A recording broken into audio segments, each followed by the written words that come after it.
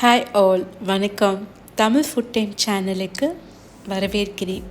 இன்றைக்கி வீடியோவில் chicken khadi role எப்படி ஈஸியாக பண்ணுறதுன்னு பார்க்கலாம். முதல்ல அது ஸ்டஃபிங்க்கு தேவையான ஐட்டம்ஸ்லாம் பார்த்துடலாம். கொஞ்சம் எண்ணெய் விட்டுருக்கேன், அப்புறம் கொஞ்சம் வெங்காயம் சேர்த்துருக்கேன், ஒரு வெங்காயம் சேர்த்துருக்கேன். நான் இன்றைக்கி 2 சிக்கன் காதி ரோல் செஞ்சு காமிக்க போகிறேன். அதுக்கான அளவுகள் தான் இது.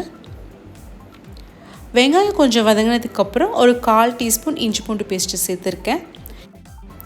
தக்காளி 1 சேர்த்துருக்கேன்.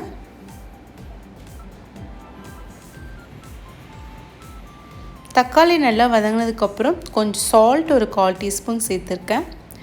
2 ரோல் செஞ்சு காமிக்கிறனால அதுக்கேற்ற மாதிரி நான் மசாலா ஐட்டம்லாம் சேர்த்துருக்கேன். ஒரு 1/4 டீஸ்பூன் மிளகாய்த்தூள் சேர்த்துருக்கேன்.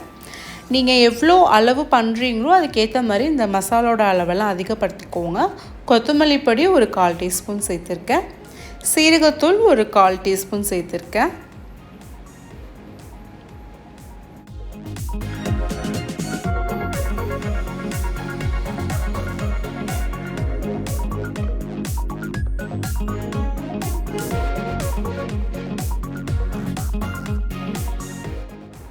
மசாலா கொஞ்சம் நல்லா வதங்கினதுக்கப்புறம் நான் வேக வச்சு நல்லா பிச்சு போட்டு சிக்கன் கொஞ்சமாக எடுத்திருக்கேன்.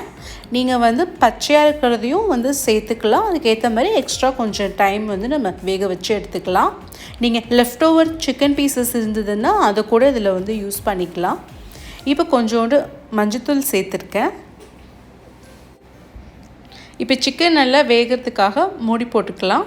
இப்போ நல்லா வெந்துருச்சு. கொத்தமல்லி இலை தூவி எடுத்துக்கலாம்.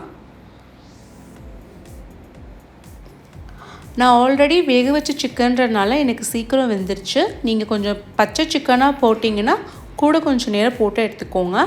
ஸோ இப்போ நமக்கு ஸ்டஃபிங் ரெடி. இப்போ சப்பாத்தி நம்ம போட்டு எடுத்துக்கலாம் தோசை டவாவில்.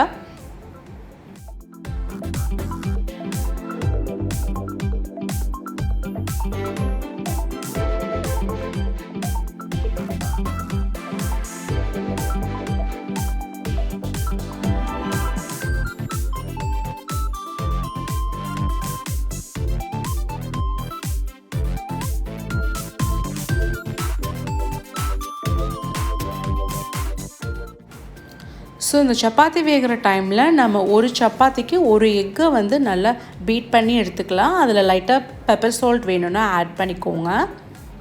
ஸோ இப்போ இதில் பார்த்தீங்கன்னா கொஞ்சம் பார்த்து அந்த ஒரு எக்கை மேலே ஊற்றிட்டு இப்படி சப்பாத்தி மேலே நல்லா ஸ்ப்ரெட் பண்ணிக்கிறேன். கொஞ்சம் உங்களுக்கு சப்பாத்தி மேலே இந்த எக்கு செட் ஆனதுக்கப்புறம் இதை நம்ம திருப்பி போட்டு எடுத்துக்கலாம்.